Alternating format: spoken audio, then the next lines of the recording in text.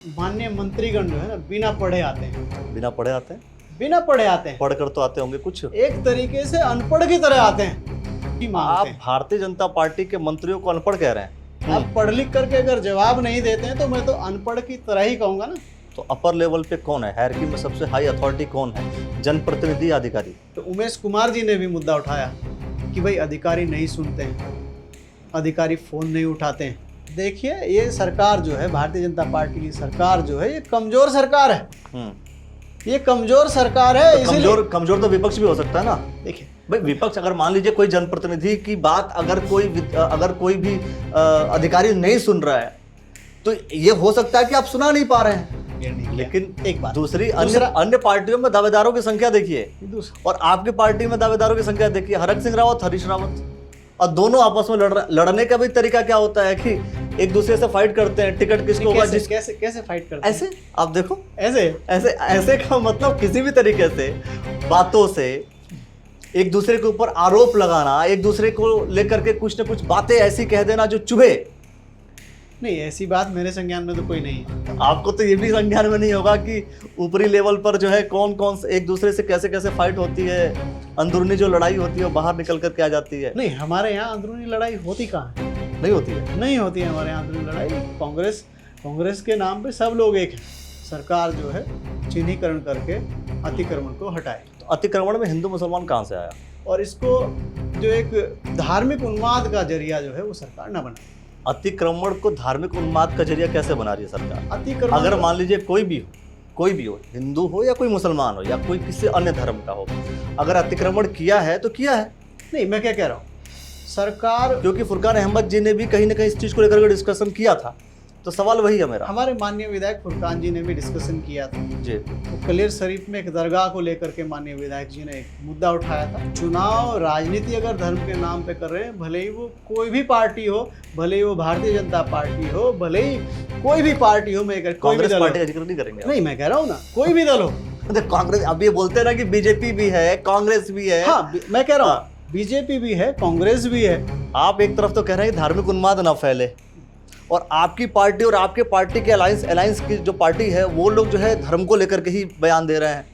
क्योंकि जब बेलड़ा प्रकरण में कुछ लोग पीड़ित किसी और का मान रहे थे, कुछ लोग पीड़ित किसी और का मान रहे थे। सवाल ये है कि आप पीड़ित किसे मान रहे हैं? कांग्रेस पार्टी पीड़ित किसे मान रही है? अगर अभी प्रथम दृष्टा देखें तो पीड़ित वो हैं जिनके घर से दो बेटे चले गए। इस बार का विधानसभा सत्र कुछ ऐसा रहा जहां पे सभी लोग ट्रैक्टर लेकर के पहुंचने लगे। ये अपने आप में बड़ा विषय था कि आखिर क्या कारण है कि जितने भी जनप्रतिनिधि हैं, जितने भी विधायक हैं, अधिकतर कोशिश कर रहे हैं कि ट्रैक्टर लें और विधानसभा में चले जाएं। तो कारण क्या है, इस कारण को जानेंगे। दोस्तों नमस्कार, मेरा नाम अखिलेश है और आप देख रहे हैं द न्यूज़ वाला नेटवर्क। इस कारण को जानने के लिए मैंने सोचा कि क्यों ना विधायक जी से बात किया जाए। जी हाँ, आज हमारे साथ हैं झबरेड़ा के विधायक वीरेंद्र जाति जी। आपका स्वागत। नमस्कार। और सवाल सबसे पहले यही है कि आखिर मतलब ट्रैक्टर लेकर के विधानसभा में प्रवेश करने का रीजन क्या है कि सभी लोग ट्रैक्टर लेकर के प्रवेश कर रहे हैं? सबसे पहले तो मैं आपका जो चैनल है इसके सभी दर्शकों को मैं नमस्कार करता हूं। और आपने पूछा कि ट्रैक्टर लेकर ही आखिरकार क्यों? जी। हरिद्वार में अतिवृष्टि हुई, पूरे उत्तराखंड में अतिवृष्टि हुई, और अतिवृष्टि के बाद यहाँ का किसान जो है आपदा के कारण बिल्कुल बर्बादी के कगार पर आकर के खड़ा हो गया। माननीय मुख्यमंत्री जी भी हरिद्वार जनपद के विभिन्न विधानसभा क्षेत्रों में आए। माननीय मंत्री जी भी विभिन्न विधानसभा क्षेत्रों में आए, और उनके आने के बाद जो सर्वेक्षण के निरीक्षण के कार्य आपदा में राहत पहुंचाने के लिए किसानों को, गरीबों को, या जिनके मकान गिर गए हैं उन लोगों को, वो तत्परता से नहीं हुए। और आपदा की स्थिति में पूरे जनपद हरिद्वार को भारतीय जनता पार्टी ने, मैं कहूँगा उत्तराखंड की सरकार ने, लावारिस छोड़ दिया। तो उस सोई हुई सरकार का ध्यान चेताने के लिए, उस सोई हुई सरकार को नींद से जगाने के लिए हम ट्रैक्टर की गड़गड़ाहट और ट्रैक्टर की आवाज़ के साथ उस सरकार को जगाने के लिए विधानसभा में पहुंचे। लेकिन मुआवजा तो ऑलरेडी सतपाल महाराज जी ने कह दिया था कि हम इतना मुआवजा देंगे, और बिल्कुल आपदा क्षेत्र घोषित भी कर दिया था एक तरीके का। तो फिर सारी चीज़ें तो करी दी थी भारतीय जनता पार्टी, जिन सरकारों की आप बात कर, जिन नेताओं की आप बात कर रहे हैं। देखिए, अगर मैं कहूँ घोषणा करना या फिर बयानबाजी देकर के चले जाना, तो ये आमजन है साहब, इनका जो पेट है वो घोषणाओं से और झूठी घोषणाओं से नहीं भरेगा। किसान का पेट जो है वो झूठी घोषणाओं से नहीं भरेगा। तो चाहिए क्या फिर? हमें चाहिए मुआवजा, हमें चाहिए उचित तो मुआवजा देने की बात तो कर दिया, उचित का मतलब क्या है? देखिए, अगर मैं आपको बिल्कुल धरातल पर बताऊं, मैं किसान हूं, किसानी के पेशे से जुड़ा हूं, और विभिन्न विधानसभाओं की, मैं नहीं कह रहा हूँ झबरेड़ा की, आसपास की जितनी भी विधानसभाएं, सब में मेरा कहीं ना कहीं जाना होता रहता है। सब जगहों पर अभी तक आपदा को बीते हुए लगभग 1.5 माह हो चुके, सभी जगहों पर आपदा के सर्वेक्षण भी नहीं हुए हैं। अगर सर्वेक्षण और निरीक्षण नहीं हुए तो मुआवजा कहाँ मिला? और आज ही का अखबार आप ले लीजिए, मैंने विधानसभा में उठाया, माननीय कृषि मंत्री जी से पूछा मैंने कि माननीय कृषि मंत्री जी, आप मेरे यहाँ लखनौता में गए थे और आपने वहाँ के किसानों को वादा करके आए थे कि हम आपकी मदद करेंगे और आपका मुआवजा जो है जल्दी ही मिल जाएगा। लेकिन जब तक सर्वेक्षण ही नहीं हुआ, मेरे खुद के गांव में, आसपास के गांव में, विधानसभा के अलग अलग गांव में जब सर्वेक्षण ही पूरे नहीं हुए तो कहां से आपने मुआवजा दे दिया? मतलब सरकार जो है भारतीय जनता पार्टी की, वो डिले कर रही है, मुआवजा देने में डिले कर रही है। और मेरे उस वक्तव्य के कहने के बाद आज का अखबार पढ़िए, तो आज के अखबार में कृषि मंत्री जी ने जिला अधिकारी जी को निर्देश दिए हैं कि भाई विधानसभा क्षेत्र झबरेड़ा और मंगलौर में जो सर्वेक्षण निरीक्षण है वो करवाए जाएं और उचित मुआवजा किसानों को दिया जाए। जो मुआवजे की बात है, ये मुआवजा लगभग मैं समझता हूं कि सभी जो एमएलएज हैं इस बात पर डिस्कशन कर रहे हैं कि इतना मुआवजा होना चाहिए। आपका भी उतना ही है? देखिए, हम लोगों ने मुआवजे की मांग की है, कम से कम किसानों को 12,000 रुपये प्रति बीघा मुआवजा दिया जाए। और इस मुआवजे की मांग को भी जरा ग्राउंड जीरो से आप समझ लीजिए। किसान ने फसल बोई, उसे उम्मीद थी कि किसान अपनी जब फसल या गन्ना तैयार होगा या जब धान तैयार होगा तो लगभग हो सकता है उसे 10,000 रुपया, 12,000 रुपया प्रति बीघा, या मैं कहता हूँ 8,000 रुपया प्रति बीघा मान लेते हैं कि भाई इतने अनुमानित जो है आय होगी, और उसी के अनुसार वो अपने एक्सपेंसेस जो है, जो फसल पे एक्सपेंस खर्चे हुए हैं वो निकाल लेगा। पर फसल खराब हो गई, कुछ मिला नहीं, और फसल खराब होने के बाद जब हम नई फसल बोएंगे, जुताई होगी, डीजल लगेगा, अगर किसी के पास ट्रैक्टर नहीं है तो किराए से वो ट्रैक्टर से जुताई कराएगा। जुताई के बावजूद फिर बीज लगेंगे, बीज में दवाइयाँ लगेंगी, लेबर लगेंगी। यानी किसान को खड़ा होने के लिए ही अगर अगली फसल की बुआई करनी है, उसको जीवन यापन के मैं साधन इसमें नहीं जोड़ रहा हूँ भाई, मैं दाल, आटा, चीनी वो नहीं जोड़ रहा हूँ, कृषि मेडिकल के खर्चे नहीं जोड़ रहा हूँ। खेती करने में जिन जिन चीजों का, जितने पैसों का उपयोग होना है, किसान को खड़ा करने के लिए जिन चीजों का, कम से कम उसके लिए 12,000 रुपये प्रति बीघा मुआवजे की वास्तविकता में आवश्यकता है। क्या लगता है सरकार ये इन मुआवजों, क्योंकि ये मुआवजे का जो जिक्र है, मैं समझता हूँ कि भारतीय जनता पार्टी के जो पूर्व विधायक रहे हैं खानपुर के, उन्होंने भी बोला था, वर्तमान विधायक ने भी खानपुर के उन्होंने बोला, आपने भी बोला, और कई जनप्रतिनिधियों ने बोला। लगता है कि यह सरकार बातें सुनेगी और करेगी? देखिए, हम लोगों ने पुरजोर तरीके से सरकार के समक्ष अपनी मांगे रखी हैं और सरकार को चेताया भी है, समझाया भी है कि वास्तविकता में किसान को खड़े होने के लिए इतने मुआवजे की आवश्यकता है। अब हम लोगों ने सदन में पुरजोर तरीके से अपनी आवाज़ रखी है। अगर इस सरकार में जरा भी संवेदना है, जरा भी मानवीयता अगर बची है, तो निश्चित रूप से किसानों को खड़े होने के लिए 12,000 रुपया मुआवजा इनको दे दिया जाना चाहिए सरकार। और खाली किसान ही नहीं, किसान के साथ मजदूर भी जुड़ा है, किसान के साथ मजदूर तबका भी जुड़ा है। बिल्कुल। अगर किसान काम ही करेगा। बैठ गया, अगर किसान ही काम करने योग्य नहीं बचा तो सबका नुकसान है। तो इस वजह से चाह रहे हैं कि भाई किसानों को कम खड़ा से करें, कम 12,000 रुपये प्रति बीघा मुआवजा वो दिया करें। जाए। लेकिन सरकारें सुनती भी हैं नहीं सुनती हैं, एक अलग बात है।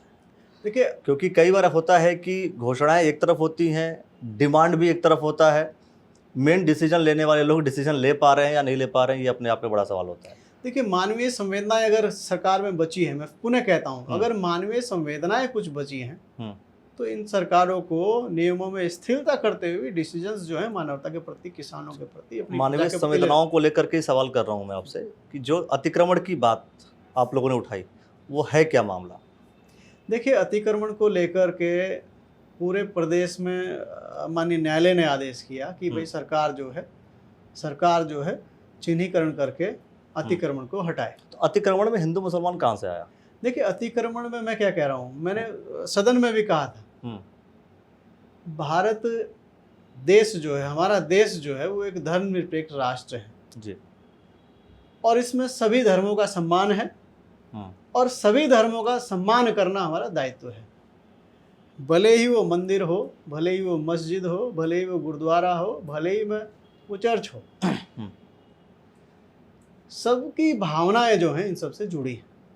तो अतिक्रमण के बहुत सारे मामले आते रहे कि वहाँ किसी एक धर्म के स्थान को तोड़ दिया, वहाँ किसी दूसरे धर्म के स्थान को तोड़ दिया। तो मैंने सरकार से अपील की कि मानवीय संवेदनाओं के दृष्टिगत सरकार जो है इस पर कार्रवाई करे और इसको जो एक धार्मिक उन्माद का जरिया जो है वो सरकार न बनाए।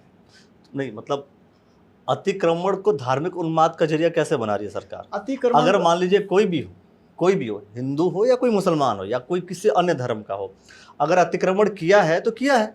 नहीं, मैं क्या कह रहा हूँ, सरकार, क्योंकि फुरकान अहमद जी ने भी कहीं ना कहीं इस चीज को लेकर डिस्कशन किया था, तो सवाल वही है मेरा। हमारे माननीय विधायक फुरकान जी ने भी डिस्कशन किया था जी, वो कलेर शरीफ में एक दरगाह को लेकर के माननीय विधायक जी ने एक मुद्दा उठाया था जी। उन्होंने कहा था कि इसके जो फैक्ट्स हैं ये कितनी पुरानी है और जब यहाँ पर जो हमारी गंग नहर है इससे भी पहले है, तो उन कागजों को, उन पेपर्स को, उन तथ्यों को जरा परीक्षण और निरीक्षण सरकार ध्यान से कर ले, कहीं ऐसा ना हो कि कुछ गलत हो जाए। तो उन्होंने ये बात कही थी, उन्होंने कहा था कि इसका निरीक्षण और परीक्षण सरकार कर ले। स्टेट गवर्नमेंट का एक एजेंडा है लैंड जिहाद को लेकर के, उन्होंने कहा लैंड जिहाद नहीं होने देंगे। ये पूरा स्टेटमेंट आ रहा है, आप सुन भी रहे हैं आप। तो लैंड जिहाद का मतलब ये कि जिन्होंने जमीनों पे कब्जा कर लिया, वो किसी भी रूप में किया हो, उसको अगर सरकार हटा रही तो गलत लगता है आपको?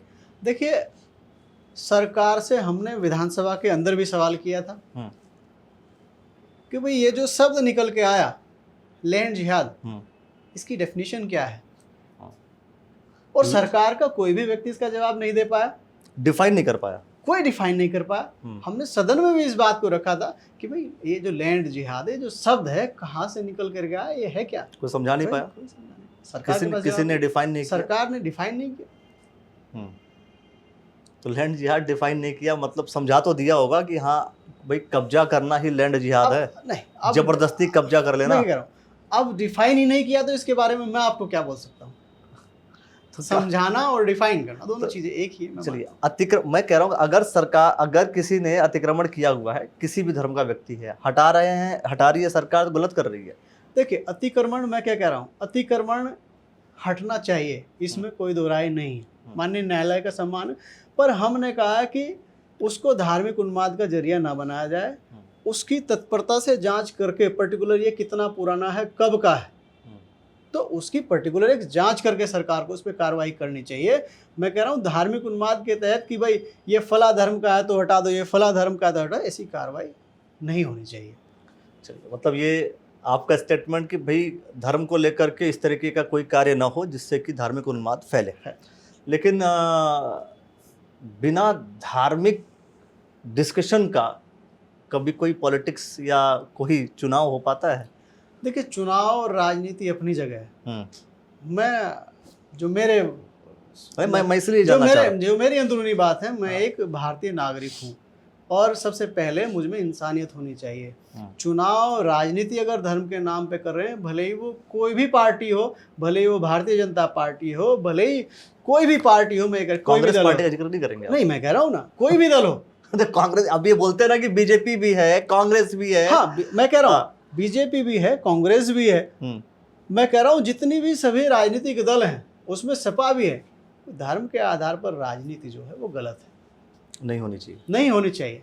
लेकिन राजनीति होनी चाहिए विकास के मुद्दों पर। अरे हमें हमारे देश को, प्रदेश को कैसे आगे लेकर के चलना है, कैसे यहाँ के बेरोजगार युवाओं को रोजगार देना है, कैसे हमारी जो माताएं बहनें उनके सम्मान में हमें बढ़ोतरी करनी है, इन सब चीज़ों को लेकर के राजनीति होनी चाहिए। धर्म को लेकर के बिल्कुल बात नहीं करना चाहिए। आपने बिल्कुल सही बात कही। लेकिन आपका एक अलायंस है INDIA करके, इंडिया करके, है ना, अलायंस है।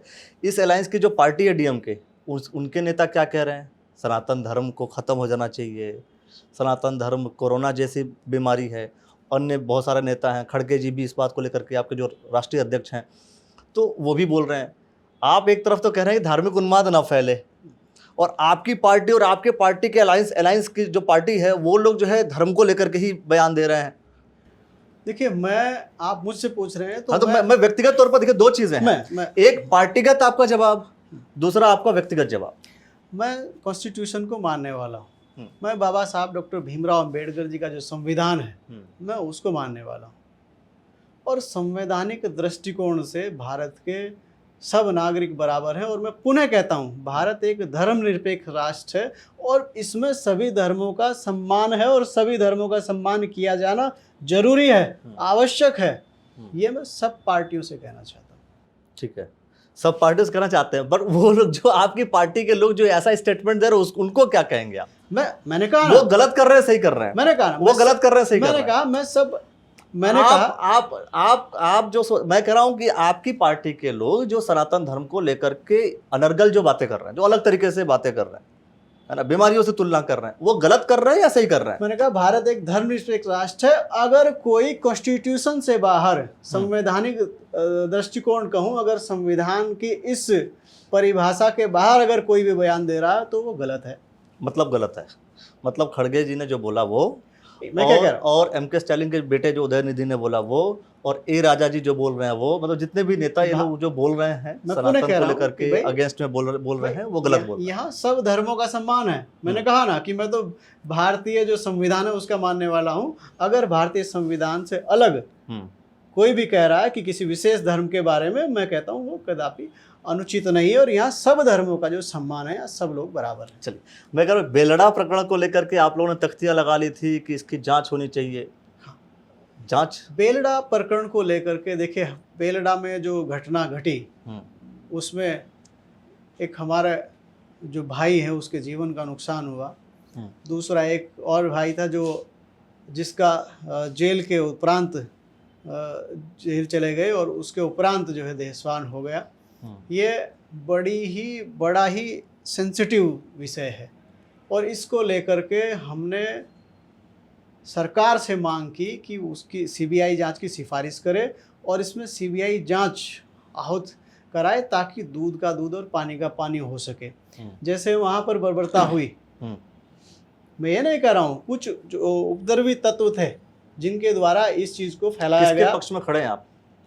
मैं तो इंसाफ के, न्याय के पक्ष में। किसके पक्ष? मतलब जो दो लोग हैं, क्योंकि लड़ाई तो ऐसा है नहीं कि एक व्यक्ति लड़ाई कर, दो लोग लड़ाई कर रहे हैं, किसी एक पक्ष में तो खड़ा होना पड़ेगा ना आपको। बिल्कुल, मैं पक्ष में खड़ा हूँ न्याय के साथ। जो लोग जिनकी वजह से ये गलतियां हुई, इसलिए तो हमने CBI जांच की मांग की। भाई CBI जांच अगर होगी तो जो पीड़ित हैं उनको न्याय मिल सकेगा। मैं आपको बता दे, कई बार ऐसा होता है कि पीड़ित हम किसे मान रहे हैं, सवाल तो ये है ना, क्योंकि जब बेलड़ा प्रकरण में कुछ लोग पीड़ित किसी और का मान रहे थे, कुछ लोग पीड़ित किसी और का मान रहे थे। सवाल यह है कि आप पीड़ित किसे मान रहे हैं? कांग्रेस पार्टी पीड़ित किसे मान रही है? कांग्रेस पार्टी ने इसीलिए CBI जांच की मांग की है, CBI जांच की सिफारिश इसलिए की है कि पीड़ित जो है वास्तविकता में, वही तो मैं कह रहा हूं, जो पीड़ित है, अगर अभी प्रथम दृष्टा देखें तो पीड़ित वो हैं जिनके घर से 2-2 बेटे चले गए। प्रथम दृष्टा जो है उनके घर से 2-2 बेटे चले गए। प्रथम दृष्टा तो पीड़ित वो है। अब उनके घर की हालत जा करके आप देखिए, एक उनके बूढ़े माँ बाप, उनके छोटे छोटे बच्चे। जब मैं वहाँ बेलड़ा में गया तब मैंने देखा हालात कितने ख़राब थे। तो प्रथम दृष्टा तो पीड़ित वो है, इसीलिए हमने CBI जांच की मांग की है कि पीड़ितों को वहाँ न्याय मिल सके।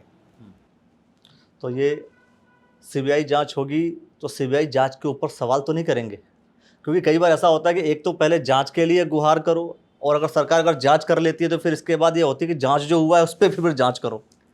हमने कई बार ऐसा होता है कि न्याय भी बिल्कुल कैटेगराइज्ड हो चुका है कि हम इसी ये न्याय हुआ, ये हुआ तो हम न्याय मानेंगे, ये नहीं हुआ तो हम न्याय नहीं मानेंगे। देखिए, मैं ऐसा होता है नहीं होता है? ये हमारी जो संस्था है, सीबीआई हुई, एसआईटी हुई, हमारी सर सीबीआई में हमें ऐसी बात नहीं, विश्वास है हमारे देश की संस्था है, तो मैं मानता हूँ कि न्याय करेगी।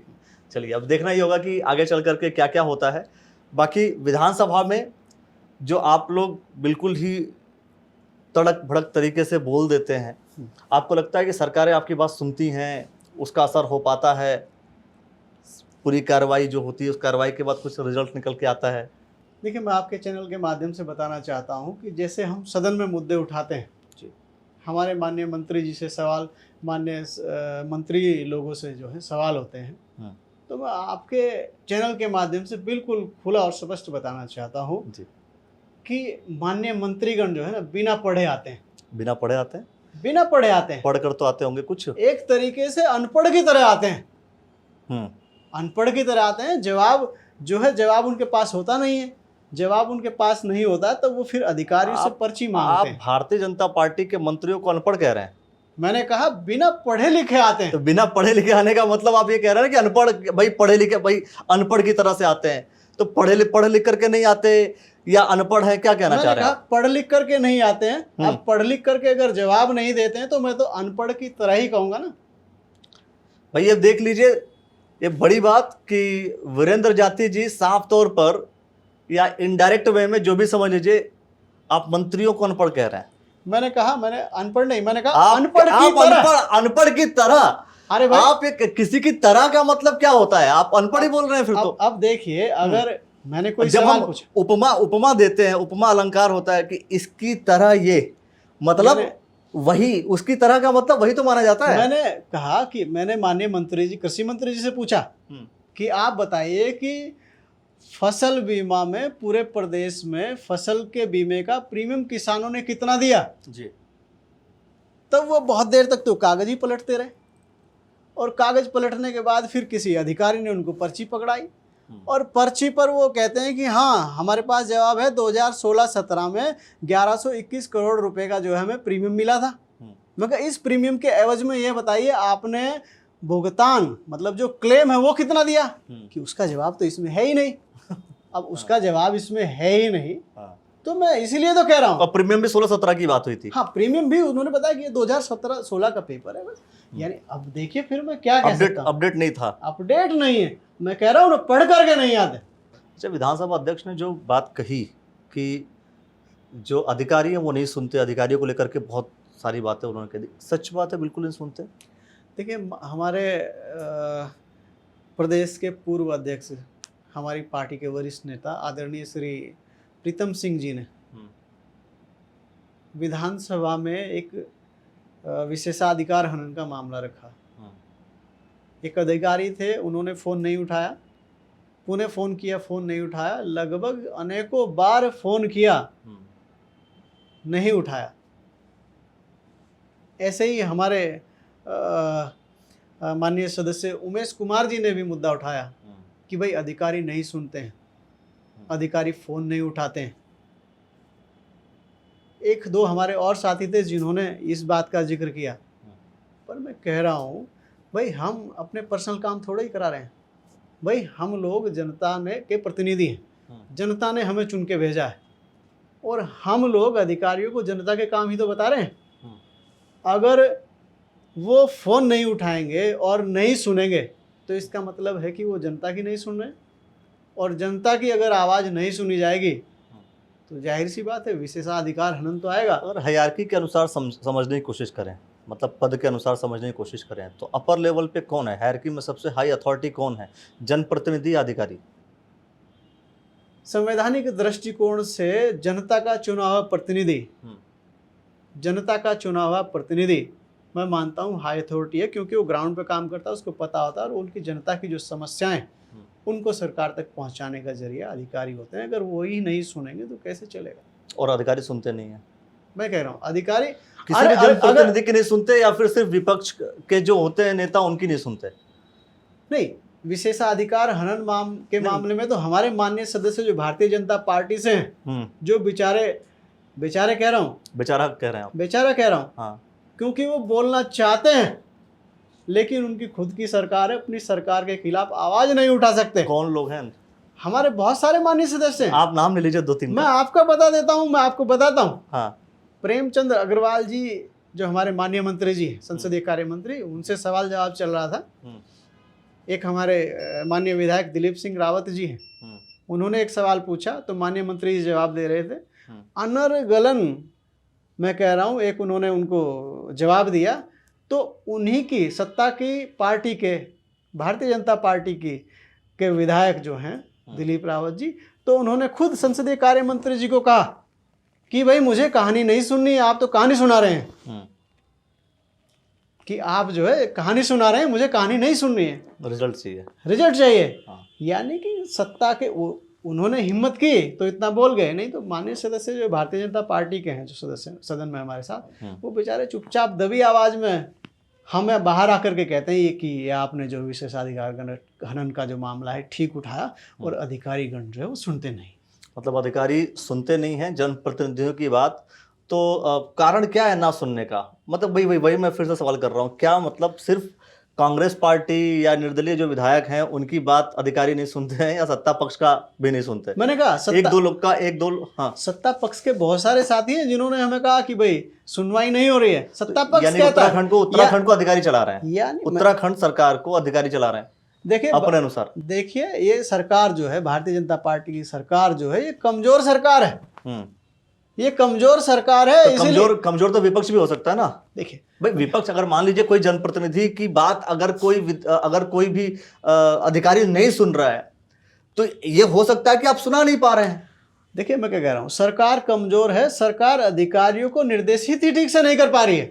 सरकार अधिकारियों को निर्देशित नहीं कर पा रही कि विधायक अधिकारियों को निर्देशित नहीं कर पा रहे हैं। अगर किसी विधायक की बात अगर अधिकारी नहीं सुन रहे हैं तो कमी किसके अंदर है? एक तो चलिए अधिकारी नहीं सुन रहे, आप अधिकारी के ऊपर तो आप बोल सकते हैं, लेकिन ये भी तो हो सकता है कि मैनेज जिस तरीके से करें, जिस तरीके से मैनेजमेंट करना चाहिए या बातें सुनानी चाहिए, जिस तरीके से वो सुना नहीं पा रहे हो।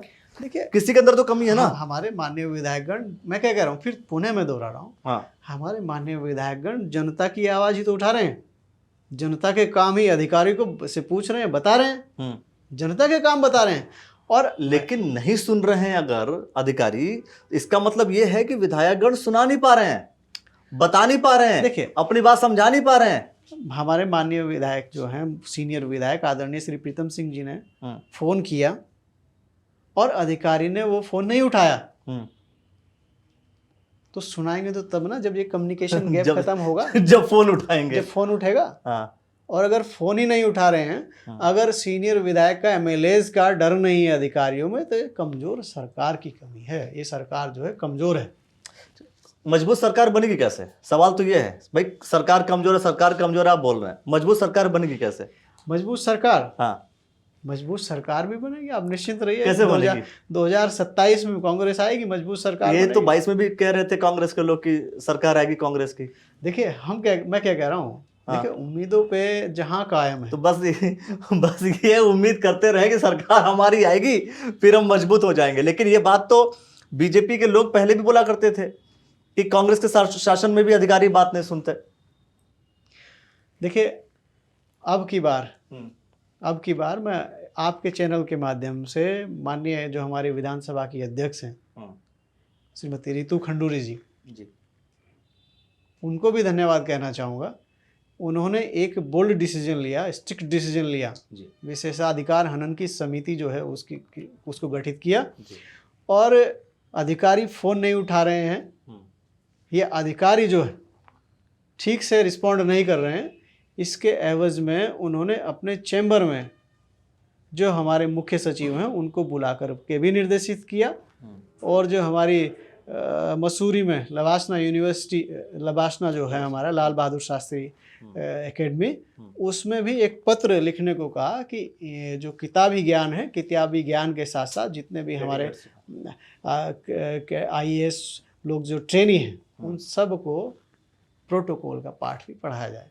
एक सवाल, चूंकि अब आप एक विधायक होने के साथ साथ पार्टी के पदाधिकारी भी हैं, तो हरिद्वार लोकसभा का चुनाव भी है, आप 27 का जिक्र कर रहे हैं, मैं थोड़ा सा और पहले की बात कर ले रहा हूँ, 24 की बात कर ले रहा हूँ जो जस्ट अगले साल है।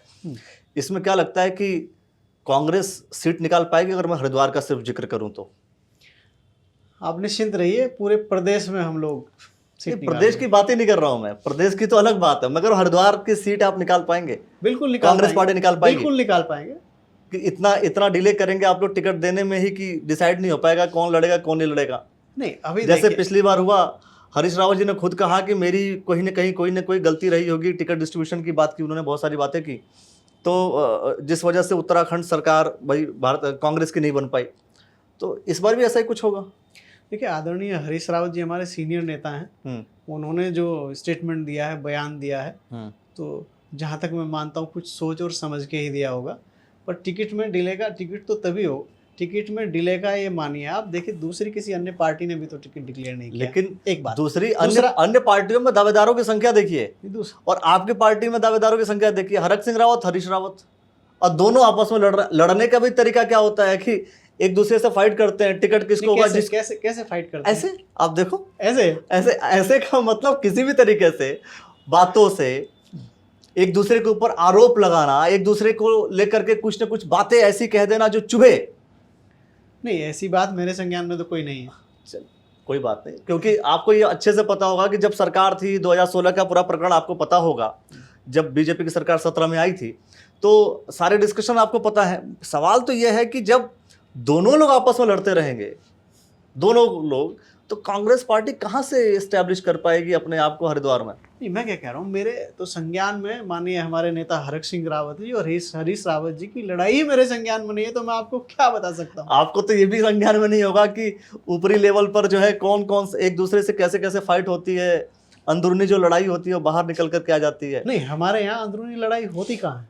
नहीं होती है, नहीं होती है हमारे यहाँ अंदरूनी लड़ाई। देखिए, कांग्रेस के नाम पे सब लोग एक हैं। चलिए कुछ क्लिप हम आपको दिखाएंगे दोस्तों, जो अंदरूनी लड़ाई है वो ओपन प्लेटफॉर्म पे कैसे आई है, वो क्लिप भी हम जरूर दिखाएंगे अपने दर्शकों को। लेकिन आपको लगता है कि आप कांग्रेस पार्टी इतनी मजबूत है कि भारतीय जनता पार्टी से हरिद्वार में खासतौर पर निपट सकती है और जीत सकती है? बिल्कुल निपट सकती है। टिकट किसको होगा वैसे? बिल्कुल निपट सकती है और जीत सकती है। टिकट किसको होगा? जैसे ही पता चलेगा मैं आपको तुरंत बताऊंगा। चलिए दोस्तों, जब हमें पता चलेगा, जब आप हमें बताएंगे तो हम आपको जरूर बताएंगे, और बहुत सारे विषयों को लेकर के ऐसे ही हम डिस्कशन करते रहेंगे। और झबरेड़ा विधानसभा में जो चीज़ें हो रही हैं उसको लेकर के भी, और अगर कोई कमी है वो भी हमें ज़रूर कमेंट सेक्शन में प्रतिक्रिया दीजिए। और आपने जो समय दिया सर हमें, इसके लिए बहुत बहुत धन्यवाद आपका। आपका भी शुक्रिया। तो दोस्तों, वीडियो को लाइक कर लीजिए, शेयर कर लीजिए, चैनल को सब्सक्राइब कर लीजिए, और ऐसे तमाम विषयों से जुड़े रहने के लिए देखते रहिए द न्यूज़ वाला नेटवर्क। बहुत बहुत धन्यवाद।